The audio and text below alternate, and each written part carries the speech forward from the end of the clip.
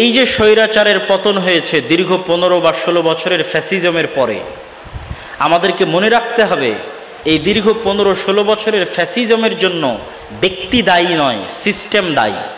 আপনাকে অন্তরে এই বিশ্বাস স্থাপন করতে হবে যে আমাকে ক্রস ফায়ার দিয়ে হত্যা করেছে, গুম করেছে, আয়না ঘরে বন্দি রেখেছে গণতান্ত্রিক সেকুলার সিস্টেম।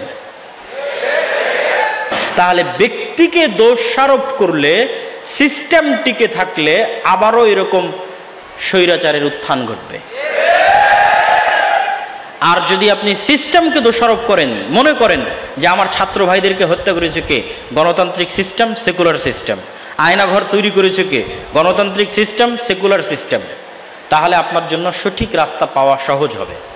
সেহেতু তরুণ ছাত্র সমাজের প্রতি আমার বিশেষ নাসিহা এবং বিশেষ উপদেশ থাকবে, এই যে স্বৈরাচারের পতন হয়েছে দীর্ঘ 15 বা 16 বছরের ফ্যাসিজমের পরে, আমাদেরকে মনে রাখতে হবে এই দীর্ঘ 15-16 বছরের ফ্যাসিজমের জন্য ব্যক্তি দায়ী নয়, সিস্টেম দায়ী। মানে আপনাকে এই বিশ্বাস অন্তরে স্থাপন করতে হবে, না হলে আপনি ধোঁকাগ্রস্ত হবেন। আপনাকে অন্তরে এই বিশ্বাস স্থাপন করতে হবে যে আমাকে ক্রস ফায়ার দিয়ে হত্যা করেছে, গুম করেছে, আয়না ঘরে বন্দি রেখেছে গণতান্ত্রিক সেকুলার সিস্টেম। এই বিশ্বাস আপনার জন্য রাস্তা তৈরি করে দিবে। কেননা এই দীর্ঘ 15-16 বছর শাসন পরিচালনাই করা হয়েছে গণতন্ত্রের নামে, শাসন পরিচালিতই হয়েছে সেকুলারিজমের নামে। তাহলে ব্যক্তিকে দোষারোপ করলে, সিস্টেম টিকে থাকলে আবারও এরকম স্বৈরাচারের উত্থান ঘটবে। আর যদি আপনি সিস্টেমকে দোষারোপ করেন, মনে করেন যে আমার ছাত্র ভাইদেরকে হত্যা করেছে কে? গণতান্ত্রিক সিস্টেম, সেকুলার সিস্টেম। আয়নাঘর তৈরি করেছে কে? গণতান্ত্রিক সিস্টেম, সেকুলার সিস্টেম। তাহলে আপনার জন্য সঠিক রাস্তা পাওয়া সহজ হবে। এবং এটি অসংখ্য যুক্তি, তর্ক এবং গবেষণার মাধ্যমেও যদি আপনি চিন্তা ভাবনা করেন, দেখবেন যে আপনার কাছে এটি সত্য এবং সঠিক হিসেবে ধরা দেবে। তাহলে আমাদের জন্য আল্লাহ সুবহানাহু ওয়া তাআলা যে সুযোগ তৈরি করে দিয়েছেন, এই সুযোগকে আমরা ব্যবহার করব কিভাবে? এই যে আজকে এখানে অনুষ্ঠান আয়োজন হচ্ছে, আমরা কোরআন এবং হাদিসের কথা বলছি, এই যে একটি নেয়ামত, এই নেয়ামতের সৎ ব্যবহার যদি আমরা না করতে পারি, আল্লাহ এই নেয়ামত উঠিয়ে নেবেন। এটি আল্লাহ সুবহানাহু ওয়া তাআলার পৃথিবী পরিচালনায় আল্লাহর সুন্নাত, যে আল্লাহ যখন মানুষকে কোনো নেয়ামত দেয় আর সেই নেয়ামতের মানুষ সৎ ব্যবহার না করে, আল্লাহ নেয়ামত উঠিয়ে নেয়। তো এই নেয়ামতের আমাদের সৎ ব্যবহার করতে হবে। আমাদের পরস্পরের মধ্যে কাদা ছোড়াছুড়ি বন্ধ করতে হবে। যখন সরকার গত 15 বছর ছিল, তখনও আর্মির কাছে ক্ষমতা ছিল। যখন রাষ্ট্র অকেজো, তখন আরও বেশি ক্ষমতা আর্মির হাতে। এরকম আরও অসংখ্য প্রতিষ্ঠান আছে, প্রথম আলোর মতো, ডেইলি স্টারের মতো, ব্রাকের মতো, মানবাধিকার সংস্থা অধিকারের মতো, যারা গত 15 বছরও তাদের কাছে ক্ষমতা ছিল, এখন তাদের কাছে ক্ষমতা আরও বেশি। এই রকম শক্তিশালী প্রতিষ্ঠান, যেগুলোকে বলা হয় ডিপ স্টেট, রাষ্ট্র যখন অকার্যকর হয় তখন যাদের হাতে রাষ্ট্র চলে যায়, এরকম শক্তিশালী কোনো প্রতিষ্ঠান মুসলমানদের প্রতিনিধিত্ব করবে মুসলিম দেশেও নাই। তাহলে ইসলামী দল, ইসলামী সংগঠন, আলেম ওলামা, যুবক, ছাত্র সমাজ, তাদের চেষ্টা করা উচিত এরকম শক্তিশালী প্রতিষ্ঠান তৈরি করার, শক্তিশালী মিডিয়া যা মুসলমানদের প্রতিনিধিত্ব করবে, শক্তিশালী অর্থনৈতিক প্রতিষ্ঠান যা মুসলমানদের প্রতিনিধিত্ব করবে, যেন ভবিষ্যতে আবারও যদি কখনো এরকম সুযোগ আসে, তখন সেই সুযোগটা যেন ভালোভাবে কাজে লাগাতে পারে। প্রতিষ্ঠান না থেকে বিশাল জনবল থাকলেও যে কোনো কিছু কাজে লাগানো যায় না, তার সবচেয়ে জ্বলন্ত সাক্ষী হচ্ছে 5ই আগস্ট এবং তার পরবর্তী সময়। বিশাল জনমত থাকার পরও আপনি অকেজো, কারণ আপনার শক্তিশালী কোনো প্রতিষ্ঠান নেই। এই জন্য ইহুদিরা সবসময় শক্তিশালী প্রতিষ্ঠান গড়ার দিকে মনোযোগ দেয়। তারা আমেরিকায় কখনো সরাসরি ভোটে দাঁড়ায় না, কেননা তারা জানে তারা সংখ্যায় কম, তারা ভোটে দাঁড়িয়ে পারবে না। এবং তারা এটিও জানে যে ভোটে দাঁড়িয়ে যে ক্ষমতা পাওয়া যায় এটি ক্ষণস্থায়ী, 5 বছর 4 বছর। স্থায়ী ক্ষমতা কি? আমি এমন শক্তিশালী মিডিয়া তৈরি করব যে ডোনাল্ড ট্রাম্প ক্ষমতায় আসতে চাক আর জো বাইডেন ক্ষমতায় আসতে চাক, মিডিয়া লাগবে আমার। ডোনাল্ড ট্রাম্প ক্ষমতায় আসতে চাক আর জো বাইডেন ক্ষমতায় আসতে চাক, অর্থনৈতিক প্রতিষ্ঠান থেকে সহযোগিতা লাগবে, টাকা পয়সা দিয়ে আমার। তাহলে এখন ক্ষমতায় যেই যাক, রাজত্ব স্থায়ীভাবে কার হাতে? আমার হাতে। এই স্ট্র্যাটেজিটা দীর্ঘদিন থেকে ইহুদিরা আমেরিকায় বাস্তবায়ন করে আসছে। তাদেরকে নির্বাচন করা লাগে না, কিন্তু আলটিমেটলি আমেরিকার ক্ষমতা তাদের হাতে। নির্বাচন করতে হয় না, ভোট করতে হয় না, কিছু করতে হয় না, কিন্তু ক্ষমতা তাদের হাতে। আর আমাদের এত হাজার হাজার লক্ষ লক্ষ জনবল থাকার পরও, নির্বাচন ভোট করার পরও, সকল কিছুতে অংশগ্রহণ করা, আন্দোলনে অংশগ্রহণ করার পরও দেখবেন রেজাল্ট শূন্য, জিরো। কেন? আমরা শক্তিশালী প্রতিষ্ঠান গড়ায় কখনো মনোনিবেশ করিনি। আর শেষ উপদেশ এবং নাসিহা ছাত্র সমাজের জন্য এবং যত দিনী ভাই, আলেম ওলামা, মাদ্রাসার ছাত্র শিক্ষক যারা যেখান থেকে উপস্থিত হয়েছেন তাদের জন্য এই কথাটাই আমি প্রত্যেক বক্তব্যের মধ্যেই বলে এসেছি, সেটি হচ্ছে সত্যবাদিতা এবং ন্যায়পরায়ণতা। আমরা সালাত দিয়ে জান্নাতে যেতে পারবো, আমরা সিয়াম দিয়ে জান্নাতে যেতে পারবো ইনশাআল্লাহ, কিন্তু সালাত এবং সিয়াম থাকার পরে যদি আমাদের মধ্যে মিথ্যা থাকে, অন্যায় থাকে, তাহলে আমরা রাষ্ট্র ক্ষমতা আল্লাহ আমাদেরকে দিবে না। ক্ষমা চেয়ে নিয়ে জান্নাত দিয়ে দিতে পারে, কিন্তু আমি রাষ্ট্র ক্ষমতা পাওয়ার অযোগ্য হিসেবে বিবেচিত আল্লাহর দরবারে। তাহলে আপনার কাছে ছোট্ট মাদ্রাসা আছে, ছোট্ট মসজিদ আছে, আপনি একটা ইসলামী দল চালান, ফাউন্ডেশন চালান, সংস্থা চালান, সেখানে শতভাগ ন্যায়পরায়ণতা প্রতিষ্ঠা করেন, শতভাগ সত্যবাদিতা প্রতিষ্ঠা করেন। দেখবেন বেশিরভাগ ইসলামী দলে তারাই পদ পেয়ে বসে আছে যারা আমির বা নেতার চামচামি করতে পারে, আর যে যোগ্য কর্মী তার মূল্যায়ন নাই। তার মানে আপনি আপনার দলে ন্যায়পরায়ণতা প্রতিষ্ঠা করতে পারেননি, মানে আল্লাহ আপনার নাম, আল্লাহ রাষ্ট্র ক্ষমতা দিবে এরকম ব্যক্তিদের কাছ থেকে কেটে দিয়েছে। তবে জান্নাতে যেতে পারেন মানুষের কাছে ক্ষমা নিয়ে, আল্লাহ সুবহানাহু ওয়া তাআলার ইবাদত করে আল্লাহর কাছে ক্ষমা নিয়ে, কিন্তু রাষ্ট্র ক্ষমতা পাওয়ার অযোগ্য। আপনি আপনার মাদ্রাসায় ন্যায়পরায়ণতা এবং সত্যবাদিতা প্রতিষ্ঠা করতে পারেননি, মানে আল্লাহ সুবহানাহু ওয়া তাআলা আপনাকে রাষ্ট্র ক্ষমতা দিবেন না। আর 190 বছরের কলোনিয়াল ও উপনিবেশিক ব্রিটিশ শাসনের যে গোলামি, এই গোলামির যে মাইন্ড সেট আপ আমাদের রক্ত এবং আমাদের মনস্তাত্ত্বিক জগতে আমরা বহন করে বেড়াই আমাদের অজান্তে। 15 বছরে নাকি আপনাদের নিঃশ্বাস বন্ধ হয়ে এসেছে, তাহলে কল্পনা করেন 190 বছর কতদিন। তাহলে 190 বছর আমাদের বাপদাদা পূর্বপুরুষরা ব্রিটিশদের গোলামি করেছে, ফলত কি পরিমাণ আমাদের জেনেটিকের মধ্যে, রক্ত মাংসের মধ্যে গোলামি থাকতে পারে আমাদের অজান্তেই, তা কল্পনা করতে পারবেন না। ওই মনস্তাত্ত্বিক গোলামির একটি গোলামি হচ্ছে যে আমরা মিথ্যা বলতে অভ্যস্ত হয়েছি, অন্যায় করতে অভ্যস্ত হয়েছি, ইনসাফ করতে পারি না, না নিজের ভাই বোনের সাথে, না বাপ মায়ের সাথে, না মাদ্রাসায়, না মসজিদে, কোথাও না। আপনি যদি জলেশ্বরী তলায় থাকা আপনার একটি বাপের জমিতে পুরোটাই আপনি নিয়ে নিলেন, আর ওই দূরে গ্রামের জমিতে আপনার বোনকে ভাগ দিলেন, জলেশ্বরী তলায় দিলেন না, তাহলে আপনি ইনসাফ করলেন না।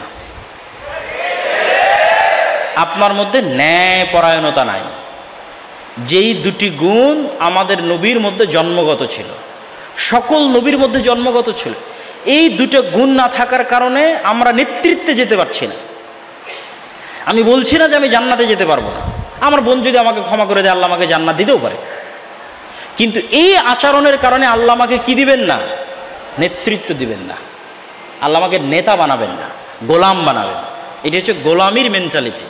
এরকম আরও অসংখ্য চাল চরিত্র আমরা 190 বছরের কলোনিয়াল সিস্টেম থেকে বহন করি আমাদের নিজেদের অজান্তে। এই জন্য আমাদেরকে সত্যবাদিতা, ন্যায়পরায়ণতা প্রতিষ্ঠা করতে হবে এবং গোলামির মানসিকতা থেকে বের হয়ে আমাদের দিন, আমাদের ধর্ম, আমাদের রাসূল এবং রাসূলের সুন্নাতের উপর শতভাগ কনফিডেন্স থাকতে হবে। আপনি দাড়ি রাখবেন না সেটি ভিন্ন কথা, নিজ স্বাধীনতায় যদি না রাখেন, কিন্তু আপনি দাড়ি রাখবেন না এই কারণে যে মানুষ কি বলবে, চাকরি হবে কি হবে না, সমাজে কি বলবে, বাপ মায়ে কি বলবে, বন্ধু বান্ধবে কি বলবে, তাহলে এটি হচ্ছে কলোনিয়াল মাইন্ড সেট আপ। 190 বছরের গোলামির চিহ্ন বহন করে বেড়াচ্ছেন আপনি আপনার অজান্তে। এটির থেকে পৃথিবীর বহু জাতি মুক্ত হয়ে গেছে। আপনি ফ্রান্স, ইতালি, স্পেন, ইউরোপ ভ্রমণ করে আসেন। আমি রাজশাহী বিশ্ববিদ্যালয়ের এক বক্তব্যে এই পয়েন্টের উপর বিস্তারিত আলোচনা করেছি যে কলোনিয়াল মাইন্ড সেট আপের প্রভাব আমরা কিভাবে বহন করে বেড়াচ্ছি।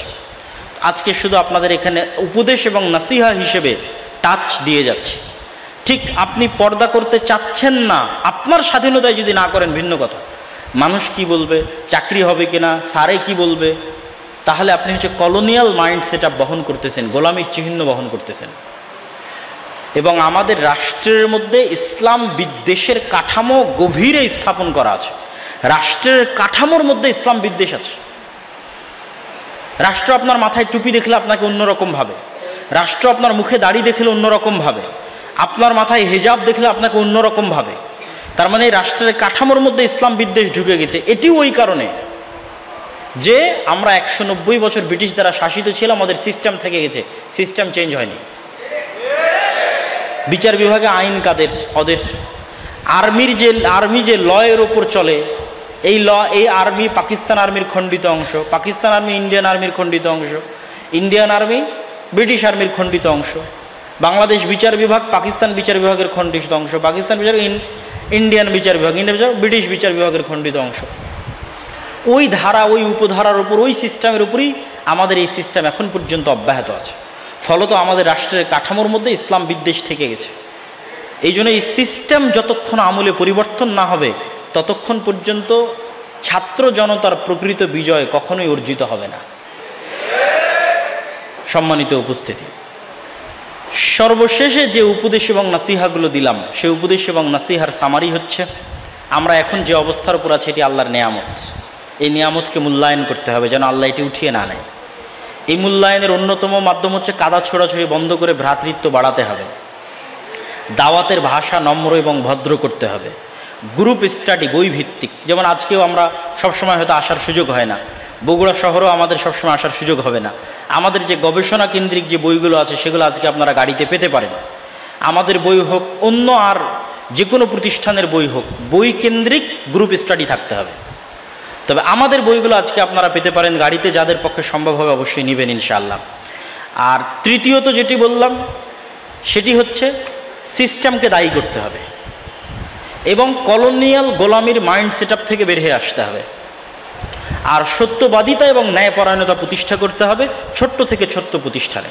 এই জিনিসগুলো যদি আমরা বাস্তবায়ন করতে পারি, আল্লাহ সুবহানাহু ওয়া তাআলা চাইলে আমাদেরকে আল্লাহ নেতৃত্বের আসন, রাষ্ট্র ক্ষমতা আল্লাহ সুবহানাহু ওয়া তাআলা প্রদান করতে পারেন। এটি আল্লাহর ইচ্ছা। কুল্লাহু কুফুয়ান আহাদ। ঠিক আরও একটি পাওয়ারফুল আয়াত দেখেন, শুধু আল্লাহর গুণ থাকার কারণে পাওয়ারফুল। আল্লাহু লা ইলাহা ইল্লা হুয়াল হাইয়ুল কাইয়্যুম লা তাখুযুহু সিনাতুন ওয়ালা নাওম লাহু মা ফিস সামাওয়াতি ওয়া মা ফিল আরজ মান যাল্লাযী ইয়াশফাউ ইনদাহু ইল্লা বিইযনিহি। আল্লাহু লা ইলাহা ইল্লাহু, আল্লাহ সেই সত্তা যিনি ব্যতীত ইবাদতের যোগ্য সত্য কোনো মাবুদ নেই। আল হাই, তিনি চিরঞ্জীব। আল কাইয়্যুম, আল কাইয়্যুম চিরস্থায়ী। লা তাখুযুহু সিনাতুন ওয়ালা নাওম, তাকে ক্লান্তি স্পর্শ করে না, তন্দ্রা স্পর্শ করে না। লাহু মা ফিস সামাওয়াতি ওয়া মা ফিল আরজ, আসমান এবং জমিন এবং তার মধ্যে যা কিছু আছে সকল কিছু আল্লাহর অধীনস্থ, আল্লাহর রাজত্বে, আল্লাহর মালিকানায়, আল্লাহর মিলকিয়াতে। মান যাল্লাযী ইয়াশফাউ ইনদাহু ইল্লা বিইজনিহি, পৃথিবীতে এমন কি কোনো ক্ষমতাধর শক্তিশালী প্রধানমন্ত্রী, রাষ্ট্রপতি, ব্যবসায়ী, কোটিপতি আছে যে আল্লাহর সামনে কথা বলতে পারবে আল্লাহর অনুমতি ছাড়া? এগুলো আল্লাহর চ্যালেঞ্জ। এই আয়াতের নামই হচ্ছে আয়াতুল কুরসি। মানে এই আয়াত যদি কেউ বুঝে অনুভব করে পড়ে, তাহলে কেউ যদি এই আয়াত বুঝে অনুভব করে পড়ে, তাহলে আপনার কাছে একটা পিঁপড়া যেমন দুর্বল মনে হয়, একটা পিঁপড়া যেমন আপনার কাছে দুর্বল মনে হয়, জিন, শয়তান, অসুখ, বিসুখ, কবিরাজ, পৃথিবীতে আর কে কত ক্ষমতাবান আছে, সবকে আপনার কাছে কি মনে হবে? একটি পিঁপড়ার মতো। তখন আপনার কনফিডেন্স লেভেল হাই হবে, সর্বোচ্চ পর্যায়ে চলে যাবে, শয়তান পালিয়ে যাবে, শয়তান থাকবে না। এই অন্তরের কাছে শয়তান থাকতে পারবে না। কিন্তু আমরা আল্লাহ সুবহানাহু ওয়া তাআলার নাম এবং গুণাবলী সম্পর্কে অজ্ঞ, অথবা আল্লাহর নাম এবং গুণাবলী আমরা জানার চেষ্টা করি না। এই জন্য রাসূলুল্লাহ সাল্লাল্লাহু আলাইহি ওয়াসাল্লাম বলেছেন, ইন্না লিল্লাহি 99 আসমা মান আহসাহা দাখালাল জান্নাহ। আল্লাহ সুবহানাহু ওয়া তাআলার ৯৯টি নাম রয়েছে, অসংখ্য নাম আছে, তার মধ্যে ৯৯টা আমাদেরকে জানানো হয়েছে, দেওয়া হয়েছে। মান আহসাহা, যেই ৯৯টা আয়ত্ত করে নিল, দাখালাল জান্নাহ, সে জান্নাতে প্রবেশ করে যাবে। সম্মানিত উপস্থিতি, তাহলে আমরা আল্লাহ সুবহানাহু ওয়া তাআলাকে যদি জানতে চাই, আল্লাহ সুবহানাহু ওয়া তাআলাকে যদি অনুভব করতে চাই, আল্লাহ সুবহানাহু ওয়া তাআলার তাওহীদে যদি বিশ্বাস স্থাপন করতে চাই, শিরক মুক্ত জীবনযাপন করতে চাই, তাহলে অবশ্যই আমাদেরকে আল্লাহ সুবহানাহু ওয়া তাআলার নাম এবং গুণাবলী সম্পর্কে জ্ঞান অর্জন করতে হবে। এবং আল্লাহ সুবহানাহু ওয়া তাআলার নাম এবং গুণাবলীর জ্ঞান অর্জনই আমাদের জন্য রাস্তা তৈরি করে দিবে যে আমরা সামনে আগাবো কিভাবে, আল্লাহ সুবহানাহু ওয়া তাআলার উপর ভরসা করব কিভাবে, আস্থা রাখবো কিভাবে। আর পুরো কোরআনে আল্লাহ সুবহানাহু ওয়া তাআলা বারংবার এই বিষয়গুলোই ফুটিয়ে তোলার চেষ্টা করেছেন। কোরআন কখনোই নির্ধারিত বিষয়ভিত্তিক আলোচনা করে না, যে সূরা বাকারার যেমন আমরা রচনা লিখি, উপস্থাপনা, এই পয়েন্ট এই পয়েন্ট এই পয়েন্ট, যেমন আজকে আমি ধারাবাহিক এক বিষয়ের উপর আলোচনা করছি, কোরআন কখনোই এরকম করে না। কোরআনে র্যান্ডমলি ঘুরিয়ে ফিরিয়ে আল্লাহ সুবহানাহু ওয়া তাআলা একই কথা, একই জিনিস বিভিন্ন সময় বিভিন্ন আঙ্গিকে বিভিন্নভাবে কোরআনে তুলে ধরেন। এবং কোরআনের যদি সারমর্ম আপনি করতে চান, তাহলে 5টি বিষয়ের মধ্যে সীমাবদ্ধ হবে। এবং কোরআন বুঝলেই আপনার জন্য তাওহীদ বুঝা এবং শিরক মুক্ত থাকা, আপনার অন্তরে তাওহীদ পরিপূর্ণভাবে প্রবেশ করবে কোরআন যদি আপনি সঠিকভাবে বুঝতে পারেন। আর তাওহীদ পরিপূর্ণভাবে বুঝার সুফল কি? এই উম্মতের ৭০,০০০ মানুষ বিনা হিসাবে জান্নাতে যাবে। তারা কারা? তাদের কথা বলতে গিয়ে রাসূল সাল্লাল্লাহু আলাইহি সাল্লাম বলছেন, যারা কোনোদিন ঝাড়ফুঁকো করে চায়নি। মানে দুনিয়াতে একদল মানুষ বসবাস করে যাদের তাওহীদের লেভেল এত উপর পর্যায়ের, এত উপরে যে তারা সবর করে না, রেজা করে। রেজা, তাদের ঈমান এবং তাওহীদ আবু বকরের মতো। সবর কি, রেজা কি? সবর হচ্ছে আমার ছেলে মারা গেল, ফার্স্ট চান্সেই আমার কষ্ট হবে, দুঃখ হবে, চোখ দিয়ে পানি পড়বে, আমি হাই হতাশ করব, আফসোস করব, আধা ঘন্টা পর, 1 ঘন্টা পর, অথবা 1 দিন পর, অথবা 3 দিন পর বলবো যাক ধৈর্য ধারণ করছি। এটি সবর, এবং এটি খারাপ কিছু নয়, ভালো, এটিরও আল্লাহ সুবহানাহু ওয়া তাআলা প্রশংসা করেছে। আর রেজা কি? তার অন্তরে আল্লাহর প্রতি বিশ্বাস এবং আল্লাহর প্রতি তাওহীদ এত উপরে যে যখন সে শুনছে যে তার সন্তান মারা গেছে, তখন সে সেটিকে আল্লাহর ফায়সালা মনে করে এটির উপরে সন্তুষ্ট হয়ে যায়। স্বাভাবিক একজন মানুষের ওই পর্যায়ে ওঠা অনেক কঠিন। তো ওই যে ৭০,০০০ মানুষ যারা বিনা হিসাবে জান্নাতে যাবে, এদের পুরো হৃদয়টাই হচ্ছে তাওহীদ। মানে এদের অন্তরে 100% তাওহীদ আছে, যেমন তাওহীদ ছিল ইব্রাহিম আলাইহিস সালাতু ওয়াস সালামের অন্তরে। আর আমাদের অন্তরে 100% তাওহীদ এখনো জায়গা করে নিতে পারেনি। এটা কঠিন মানুষের জন্য। যার অন্তরে 100% তাওহীদ আছে, সে হুজুরের কাছেও দোয়া চাইবে না যে আপনি আমার সন্তানের জন্য দোয়া করে দেন। দোয়া চাওয়া ভালো জিনিস, আরেকজনের কাছে ঝাড়ফুঁক করে নেওয়া ভালো। ওখানে যে গুণাবলীগুলো বলা আছে, এই গুণাবলীগুলো হারাম নয়, মানুষ করতে পারে, কিন্তু যিনি সর্বোচ্চ পর্যায়ের তাওহীদে বিশ্বাসী, তিনি এগুলো করে না। মানে তার স্বভাবের মধ্যে নেই, আপনি নিজে থেকে জোর করে নিয়ে আসবেন বিষয়টা এমন না, কিন্তু তার সাথে আল্লাহ সুবহানাহু ওয়া তাআলার সম্পর্ক এত গভীর যে তার স্বভাবের মধ্যে এটি অটোমেটিকই নাই। সে আল্লাহ সুবহানাহু ওয়া তাআলার ফরজ আদায় করার পাশাপাশি নফল এবং সুন্নাত এত বেশি পরিমাণে আদায় করতে থাকে যে সে আল্লাহ সুবহানাহু ওয়া তাআলার এত নিকটবর্তী হয়ে যায় যে আল্লাহ সুবহানাহু ওয়া তাআলাও তার দরবারে ফেরেশতাদের সামনে তার কথা স্মরণ করে, ফেরেশতাদেরকে তাকে ভালোবাসার জন্য আদেশ প্রদান করে, ফেরেশতারাও আর বাকি ফেরেশতাদেরকে তাকে ভালোবাসার জন্য বলে। আস্তে আস্তে সে আল্লাহর ওয়ালি, আল্লাহ সুবহানাহু ওয়া তাআলার বন্ধু হয়ে যায়। কেমন বন্ধু হয়ে যায়? তার মুখ দিয়ে যদি কোনো কথা বের হয়, সেটি পূরণ না করতে আল্লাহ লজ্জা পান। এটি বাস্তবতা। যে যখন ইব্রাহিম আলাইহিস সালাতু ওয়াস সালামের স্ত্রী সারা আলাইহিস সালাতু ওয়াস সালাম আল্লাহর কাছে দোয়া করছে যে আল্লাহুম্মা লা তুসাল্লিত আলাইয়া হাযাল কাফির, আল্লাহুম্মা ইন কুনতা তা'লাম ইন্নী আহসানতু ফারজি, হে আল্লাহ আপনি যদি জেনে থাকেন আমি আমার লজ্জাস্থানের হেফাজত করেছি, তাহলে আজকে এই কাফেরকে আমার উপর বিজয় করিয়েন না। তাহলে সারার কানেকশন আল্লাহ সুবহানাহু ওয়া তাআলার সাথে এত শক্তিশালী যে তার মুখ দিয়ে বের হওয়া কোনো কথা আল্লাহ বাস্তবায়ন করবেন না, এতে কে লজ্জা পায়? আল্লাহ নিজে লজ্জা পায়। এবং এই সমস্ত মানুষদের সাথে পৃথিবীতে যদি কেউ শত্রুতা করে, দুশ্মনী করে, তাহলে ওই ব্যক্তির সাথে কে শত্রুতা করে? আল্লাহ শত্রুতা করে। ওই ব্যক্তির সাথে আল্লাহ যুদ্ধ ঘোষণা করে যে সে আল্লাহর বন্ধুর সাথে শত্রুতা করছে। তো এই জন্য কাম্মিন রজুলিন, কত মানুষ আছে পৃথিবীতে যারা দুনিয়াতে প্রসিদ্ধ কিন্তু আল্লাহর কাছে অপ্রসিদ্ধ, আর কত মানুষ আছে দুনিয়াতে অপ্রসিদ্ধ কিন্তু আল্লাহর কাছে প্রসিদ্ধ। তো আমাদেরকে চেষ্টা করতে হবে কার কাছে প্রসিদ্ধ হওয়ার? আল্লাহ সুবহানাহু ওয়া তাআলার কাছে প্রসিদ্ধ হওয়ার। কেন আমরা দিন শেষে আল্লাহ সুবহানাহু ওয়া তাআলার নিকটেই ফেরত যাব। আর এই বিশ্বাস থেকেই আমাদেরকে দূরে রাখার চেষ্টা করবে সবসময় শয়তান, যে আমরা মারা যেতে পারি, এই বিশ্বাস যেন আমাদের অন্তরে না আসে। তো আমরা যে বিষয়ে আলোচনা করছিলাম যে আমরা যদি তাওহীদ সম্পর্কে পূর্ণ বিশ্বাস আনতে চাই, তাহলে এক নম্বরে আল্লাহর নাম এবং গুণাবলী সম্পর্কে জ্ঞান অর্জন করতে হবে, পাশাপাশি কোরআন ভালোভাবে বুঝতে হবে। এবং কোরআনে 5টি বিষয়ের মধ্যে কোরআনের আলোচনা ঘুরপাক খায়। হয় আল্লাহ সুবহানাহু ওয়া তাআলা পবিত্র কোরআন মাজিদে অতীতের নবীদের ঘটনা বলবেন, অথবা অতীতের অভিশপ্ত জাতিদের ঘটনা বলবেন, ঘুরিয়ে ফিরিয়ে বলতেই থাকবেন। এই মুসা, এই ফেরাউন, আবার 10 পৃষ্ঠা পর আবার মুসা, আবার ফেরাউন, আবার 10 পৃষ্ঠা পর আবার মুসা, আবার ফেরাউন, আসতেই থাকবে আসতেই থাকবে, বিভিন্ন আঙ্গিকে বিভিন্ন প্রেক্ষাপটে। এখানে ইউসুফ, ওখানে ইব্রাহিম, আবার ইউসুফ, আবার ইব্রাহিম, আসতেই থাকবে। এখানে আদ সামুদ, আবার আদ সামুদ, আবার কওমে লূত, আসতেই থাকবে, বিভিন্ন প্রেক্ষাপটে আসতে থাকবে, মানুষের সাইকোলজির সাথে, যেন মানুষের কোরআন বুঝতে সুবিধা হয় এবং মেইন মেসেজগুলো, মূল মেসেজগুলো মানুষের ব্রেনে ঢুকে যায়।